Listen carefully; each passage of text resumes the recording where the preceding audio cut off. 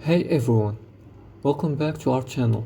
In today's quick tutorial, I'm going to show you how to create a folder in Google Drive. Organizing your files into folders makes it so much easier to find what you need, so let's get started. First, let's open Google Drive. Go to the drive.google.com in your web browser. If you aren't signed in yet, enter your Google account credentials. Once you're logged in, you'll see your Google Drive homepage, where all your files are stored. To create a new folder, look for the plus new button on the left-hand side of your screen. Click on it. A drop-down menu will appear.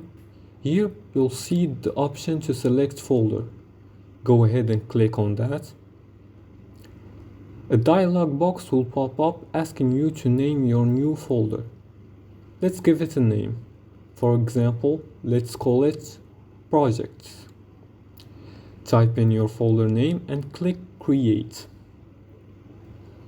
Great, your new folder has been created. You should see it appear in your drive.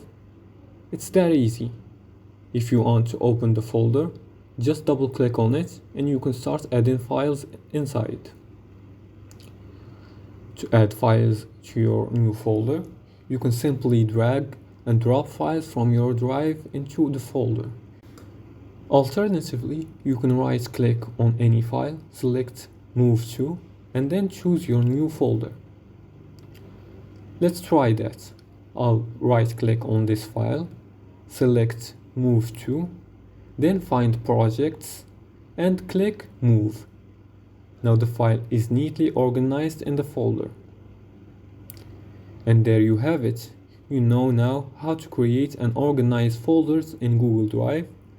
If you found this tutorial helpful, don't forget to give it a thumbs up and subscribe for more tips. If you have any questions, feel free to drop them in the comments below. Thanks for watching and see you next time.